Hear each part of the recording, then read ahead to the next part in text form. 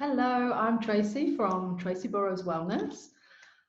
I'm talking today about aging, the rhythms of nature, and how when we synchronize ourselves to the different rhythms of nature, when we become aware of the rhythms of nature, we can help ourselves to be stronger, more balanced, and have a mind that is calm and clear. I'm going to pause for a while to reflect and share a little bit of my experience of perimenopause and how that relates to how that's contextualized by yoga and Indian tradition. It's really interesting. So let's start with rhythm, daily rhythm, the circadian rhythm. This is the 24-hour day-night, light-dark cycle that we pass through every 24 hours. And if you've ever owned a cat, you will have noticed that cats are nocturnal. They love to go out at night. They can see really well in the dark. So they go out hunting and they eat and they get into trouble with their friends, and then they come back and they're quite happy to sleep all day. Humans, on the other hand, are diurnal creatures. We're designed to be awake in the daytime. We don't have good night vision. Our bodies are designed to eat and digest during daylight hours and to sleep, to rest, to rejuvenate, rebuild during the nighttime hours. I don't know whether you've ever had the chance to look at the Chinese medicine clock. It's really interesting because it shows you throughout each hour of the day what's happening with all of the different functions and systems, what's happening with the internal organs of the body. And one of the most important times of day actually is between 10 p.m. and 2 a.m. in the morning in terms of the work that the body's doing. The body's almost busier at night than it is in the daytime. And there are functions that the body performs in the daytime that it doesn't perform at night. And so what happens is when we become unsynchronized from this, the circadian rhythm, circadian medicine, by the way, is Nobel Prize winning science. And Ayurveda, yoga, many Eastern systems have known this information, but it really is wonderful that modern science is now backing that up. A group of scientists won the Nobel Prize, I think it was about 3 years ago, for their research into circadian medicine. And so what we've learned from that is that when we are synchronized to the day-night, light-dark cycle, when our body is doing the things it's supposed to do in the day and doing the things it's supposed to do in the night, then we can thrive. When we become unsynchronized, then we start to suffer. And if we stay unsynchronized, then we're flirting with disease. One of the most common ways that we are finding ourselves out of sync with this circadian rhythm nowadays is through our devices. The light that's emitted by our devices is very close to daylight, and so it sends a confused message to the body. Body's thinking it's still daytime when actually it's nighttime. And so the things that it's supposed to be doing at nighttime, like rebalancing hormones and assimilating all the nutrients from our food, separating out what's going to become our bodily tissue. We know that we are what we eat. Eventually our food becomes body tissue or it gets eliminated as waste. All of these processes are happening at nighttime. And if you are in that menopausal stage, which like me, then the sleep part is really, really important. So this, the habit that we seem to have got ourselves into now of being on our devices. I have many clients who take devices to bed, and this constant stream of artificial light coming into the eye and sending a confused message to the body, it's messing up our hormones. So if you're already in a place where you are in menopause and your hormones are all over the place anyway, let's face it, then this really doesn't help. So it's very important that we are aligned and tuned in to this this rhythm, this cosmic rhythm. Your body clock is synchronized to nature's rhythm. The next rhythm that is we as women are particularly influenced by are the monthly rhythms. Our biology is very responsive to the different phases of the moon. Makes perfect sense when you think about it. We are made mostly of water, and it is the moon that moves the oceans and the tides. And of course, our menstrual cycles are synchronized to the phases of the moon. The next rhythm of nature that I wanted to talk about are the seasonal rhythms. This is a whole other talk, a whole other workshop, and it's fascinating. But again, it's one of the ways that we have started to become unsynchronized from nature's rhythm, and are starting to suffer as a result. The main thing that I want to tell you just quickly is that your microbiome, this amazing inner universe, very delicate and fragile inner universe of your gut, is made up of bacteria and pathogens, microbes, and they change as the seasons change. It doesn't stay the same all the year round. And also, as the seasons change, surprise, surprise, the microbiome in soil changes, which means the microbiome on the food that we're eating changes. And again, surprise, surprise, what nature's providing us with each season is exactly what we need in order to keep our gut healthy and to keep us nourished. This is why it's, for example, in winter time, you tend to find yourself craving heavier. If you're in the northern hemisphere, you tend to find yourself craving heavier, sweeter, starchy, carbohydrate type foods like root vegetables. And then in the summertime, you find yourself starting to crave more light and watery foods, plants that grow above the ground. This is your body's innate wisdom telling you what it needs. So these seasonal changes are really important. And also, in terms of your immune health, you may have noticed, you may be one of those people, or there may be people around you that you notice, they always come down with the common cold, a bit of a sniffle and a cough as the season changes. Quite often, as we're going from winter into spring, or from spring into summer, then there tends to be a lot of snot and a lot of mucus. And this is just because we didn't start to honor the fact that the season was changing and adjust our lifestyles, adjust our habits, adjust our food to honor the fact that we're going through this transition between the seasons. In Ayurveda, we call that Ritucharya. And it's one of the things I absolutely love about Ayurveda is that we learn about ourselves, about how our unique constitutions react to these transitions through the seasons. And we start to prepare in advance. We start phasing out certain things in advance and phasing in certain things in advance. And when you start to live like that, your immune system becomes so strong that you don't tend to come down with all these common coughs and colds that are always cropping up when the season changes. And then the next of nature's rhythms that I want to talk about and elaborate a little bit more and talk a bit about menopause are the time of life changes. So when I came across this information, this was a huge life changer for me. It really was. It was a huge aha moment. I was already in perimenopause. I'm 53 now. I was 48 when I went into perimenopause. And probably like you in the beginning, didn't realize that actually I was in perimenopause. It doesn't happen overnight. The changes start to happen quite gradually. And the way that Indian tradition and the way that yoga and Ayurveda contextualize aging is through dividing the phases of life into 4 different stages. From birth to 25, from 25 to 50, from 50 to 75, and 75 to beyond. And so let me start with the first of the stages.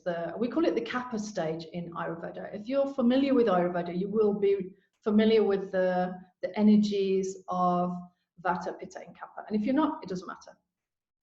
These are energies with particular qualities, and the predominating energy of each phase is Kapha, Pitta, or Vata. So the predominating energies of birth to 25 are Kapha energies. This is a very sturdy and stable energy. This is the time of life where our bodies are forming, and also our personalities are forming, and we're starting to form our ethical beliefs, our moral beliefs. We're starting to figure out what our name means out there in the world. We're forming structure. Our life is starting to form structure. Our body is forming structure and cohesion. So that's the time of life from 0 to 25. And then we transition from 25 into around 50 into the pitta phase of life. And so the energy changes, the predominating energy changes to what we call pitta energy. And this energy is the energy of transformation, of accumulation, of action. It's a real go, go, go phase of life. This is the phase of life where we start to gather things, to collect things, the things that we want to make us happy in this phase of life. It's the time of life where we might get married, we might have kids, we might buy a house, we might get a car, we might start to travel more. It's a very, very active time of life. Energy is very scattered, it's all over the place, very energetic time of life, very exciting. The thing is, we treat it like it's the main event. We put so much of our resources and so much of our energy into this phase of life. We forget that there's still a whole other phase to come. And it's this transition from the pitta stage at around 50 into the vata stage, the next stage, which is the time that menopause usually lands for most women, making it even more interesting. So the vata stage of life is a lot more ethereal. It's more about focusing energy inwards on ourselves, asking ourselves the deeper questions. Why am I here? What's life all about? What comes next? It's very much the energy of the mind. We always take care of vata first in Ayurveda because it has such a strong pull over the mind. So we start to become a bit more ethereal. And as I said, we start to ask ourselves different questions. Different things are important to us in this phase of life. And we'll actually probably start to surrender a few of those things and let go of a few of those things that we needed to make us happy in the previous phase. It's such a big difference from energy being out there to energy drawing inwards, moving more out of the body, more into the mind. And the problem is that we fail to realize it. We fail to recognize that we've moved on from that busy stage into the next stage, into the vata stage. And if this happens during menopause, then it can cause problems. From my own personal experience, like I said before, when I realized this, everything changed for me. If you are going through menopause, you're experiencing certain symptoms that are changing you, they're rearranging you. They say that menopause is the biggest rearrangement that a woman will go through after childbirth. So if you are trying to live as though you were still in the pitta phase, doing all the same things, as busy as you were before, your schedule as full as it was before, the kind of exercise that you're doing, the same as it was before, the kind of food that you're eating, the way that you're eating, the amount that you're sleeping was all the same as it was before in the previous phase of life, the odds are you're not having a very good menopause experience. It's time to recognize that that stage of life is done and you've moved on. And this can be really difficult because other than the symptoms that we're experiencing, outwardly, nothing has really changed. And there's also this perception of aging and, you know, if you can still manage a couple of CrossFit classes a week, then why wouldn't you? If you can still go out and socialize with friends and have a curry at 10 o'clock in the evening and then come home and fall into bed, why wouldn't you? All of these things that we used to get away with before. If you're really honest with yourself, you'll realize you're not getting away with them anymore. And so there are changes to your lifestyle, changes to your daily habits that you can make to make the experience more manageable. Coming back to this being the vata age, the energies of vata, the qualities of the vata energy are dryness, lightness, coolness. It's a very erratic and mobile kind of energy. So the dryness in terms of menopause symptoms, and for anybody that has an increase in Vata or was born with a Vata constitution, but particularly for people in menopause, the dryness, the dry quality can show up as things like dry skin, dry hair, dry eyes, and constipation, which most of the time is due to dryness in the GI tract, vaginal dryness. The lightness can show up in the bones. We know that we stop producing calcium when we go into perimenopause, and so the bones start to leach calcium and take on this kind of sponge-like look. Little holes start to appear in the bones, and the joints start to become less stable as well. The coolness comes in lack of poor circulation. You'll always spot a Vata person. They'll be the one huddled up next to the radiator while everybody is outside playing in the sun in shorts and t-shirts. So poor circulation, things like cellulite, varicose veins, fluid retention, lymphatic congestion, which comes with a whole host of symptoms by itself. And the erratic and the mobile qualities of Vata show up in menopause in the mind. The mobile quality of the mind, the way that it suddenly becomes really hard to focus on anything, to think straight. The brain fog, don't even get me started on the brain fog. The amount of times that you lose your keys and your glasses in a day. The scattered mind, the way that the mind scatters. The erratic nature of Vata during menopause shows up in the nervous system. Quite often we can find ourselves feeling very anxious and not really understanding why, with no particular reason. This huge rearrangement of the hormones means that we can spend a lot of time in fight or flight, in stress response. We can be chronically stressed without really understanding why. And this can lead to problems later on as you come out the other side, perimenopause, menopause, postmenopause. This can be the reason that we can come out with things like high blood pressure and heart issues, or this chronic stress, spending time where we're chronically stressed and not doing anything about it.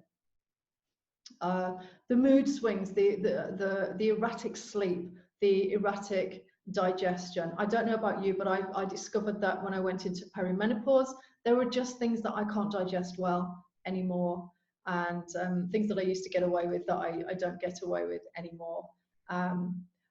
Coffee and chocolate are two of the things that really break my heart. Coffee, chocolate, and a nice glass of wine. Excellent for hot flushes, but not really great for much else, unfortunately, at this phase, in this phase. So there are a few things that you can do, a few pointers for you that are habits that come from Ayurveda and come from yoga, that are things that will bring you back into line with nature's rhythm, with the cosmic rhythm. Realign your body clock with nature's clock, because if your body clock is aligned with nature's clock, you're going to have a much better experience. You're going to be better slept. Sleep is so important, particularly during menopause, because as I said before, one of the things that happens during sleep is that the hormones start to rebalance. So I know it can be difficult, because if you suffer with night sweats and hot flushes, I'm with you, I've been there. It's hard to sleep through the night. But there are things that you can do. If you can have yourself wound down and ready for sleep, in bed, no devices, reduce the amount of artificial light for an hour and a half before you go to bed. Have some self-care rituals and routines that you do before you get into bed. Things you can do to wind yourself down to be ready for restful sleep by 10 p.m. I talked a little bit before about digestion. So linked to getting good sleep is good digestion at night time. Close your kitchen before 7 o'clock and have your main meal in the middle of the day. Have your most nutrient dense meal in the middle of the day, and keep your dinner light, watery, to hydrate your GI tract, to try and avoid constipation. Keep it light and watery and really easy to digest. And that way you won't be going to bed with a full belly and asking your body to try and digest food when your digestive system's pretty much switched off anyway, and it's trying to use its metabolic resources to do all the other amazing things that need to happen while you're asleep. So have your dinner a bit earlier, make it lighter, and get yourself into bed by 10 o'clock. Learn how to breathe properly and learn how to meditate. There's a whole branch of yoga called pranayama or pranayams, which focuses on breathing. And it doesn't have to be complicated. It doesn't have to be mystical. Just find somebody to teach you how to breathe properly. Teach you how to breathe from the diaphragm so that you're engaging your diaphragm. We know that we can take ourselves from stress response into relaxation response through the breath. The breath is a really fast way for you to access your nervous system and take yourself from stress to ease. So learn how to breathe properly and check in with yourself throughout the day. Check in with your breath, and if you find yourself breathing short and shallow, just take a few deep breaths and then carry on. Same goes for meditation. You can teach yourself easily. There are so many places you can look on YouTube and online, or find yourself a teacher. And again, I'm not talking about the kind of meditation that you need to do in order to find enlightenment. It doesn't have to be part of a spiritual practice. There are very basic mindfulness exercises that you can do, and quite often they're linked to breathing anyway. And these exercises, again, will help you just to keep your mind focused, keep your mind under control, bring it back when you need it. Self-massage. Self-massage is something that I teach to all of my clients that join my Thrive for Life program. And I love it when we come to this week, because this is such a surprising habit. It's absolutely extraordinary. There is so much healing that can be done, so much grounding that can be done, and so much surrender and release and letting go just by taking some oil that's suitable for your constitution and appropriate to the season, and using your own hands to heal your body. It's incredible. In Ayurveda, we call that abhyangam. You could maybe do a little bit of homework on that if you're interested. But if you can start to incorporate 5 minutes in the shower, take your oil with you, and just a circular on the joints and up and down on the long bones, all over your body. Just take time. Like I said, it's super grounding, very lubricating, much needed during this Vata age, dryness being one of the main qualities of Vata. And I promise you, if you start to introduce this every day, even for a week, you will be amazed at the difference in how you feel and how your skin starts to look as well. Reduce your schedule. This was the game changer for me. As I said before, when I first came across this information, I was studying. I had added a new branch to my business, building that side of the business. It was quite stressful. At the same time, I was still a full-time yoga teacher, and I didn't let up. Even though I'd moved into this menopause phase of life, I was carrying on exactly the same as before when I was in the previous phase of life. And eventually that just led to burnout. And when I recognized that, when I reduced my schedule, when I had a really good long hard look at how I was living my life, and started to make gradual changes until I reached the point where I am today, everything changed. My perimenopause experience now feels completely different. I feel under control. Yes, I'm still getting all those lovely symptoms that we get, but through some lifestyle changes, this being the major one, really looking at the way I'd been living and making those changes. Yes, I can still go out and do a CrossFit class and all of those things. Yes, I can still do it, but I don't want to. So take a really, really close look. Examine those areas of your life where you might be overstretching and where you can start to ease back a little bit. Give yourself a little space, allow for the ebb and the flow. And the last one is to reduce chemicals in your environment, reduce the chemicals that you're putting into your body. There are so many things which are going to disrupt your hormones. I just referred earlier to to caffeine and alcohol. They're major hormone disruptors. I'm sorry, I know. Where's the joy? Where's the joy? But I promise you that if you are suffering a lot with hot flushes and night sweats, if you can cut those out, if not drastically reduce them, you should see a difference.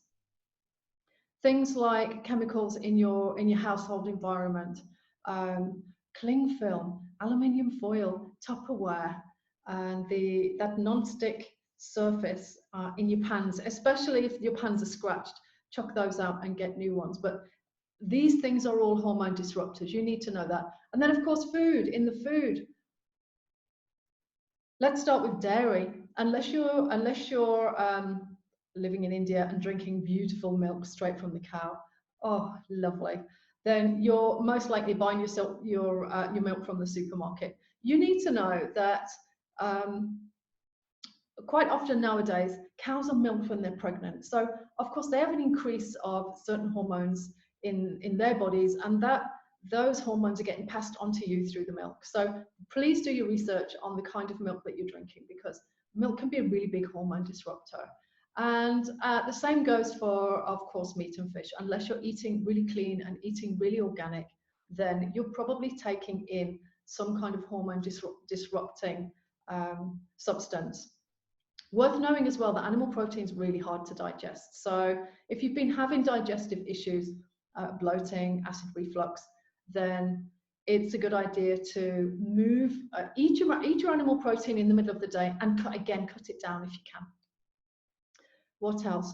The products that you use to clean your house, laden with chemicals. So see what you can do about that. See how you can reduce the chemical load of what you're using to clean your house with. Do some Googling and have a look for homemade cleaning products, much cheaper as well. And finally, the chemicals that you put in on your skin. As a general rule of thumb, my general rule of thumb now is that nothing goes on my skin that I wouldn't eat, apart from a little bit of makeup. And that's organic and as clean as I can possibly find. But other than that, everything in my bathroom, you will also find doubled up in my kitchen cupboard. So these are just a few tips. These are a few of the things, the lifestyle changes that I made, that I have really helped me to improve my perimenopause experience. So I hope that there's something in there that is of help to you. Please look me up on my website, traceyburrowswellness.com.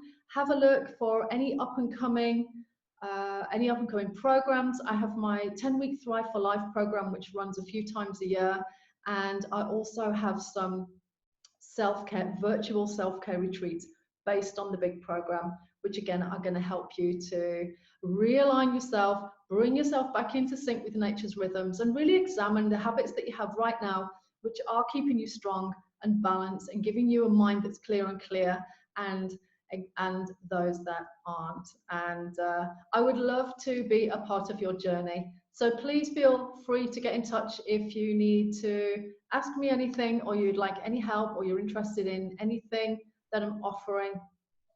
Take care.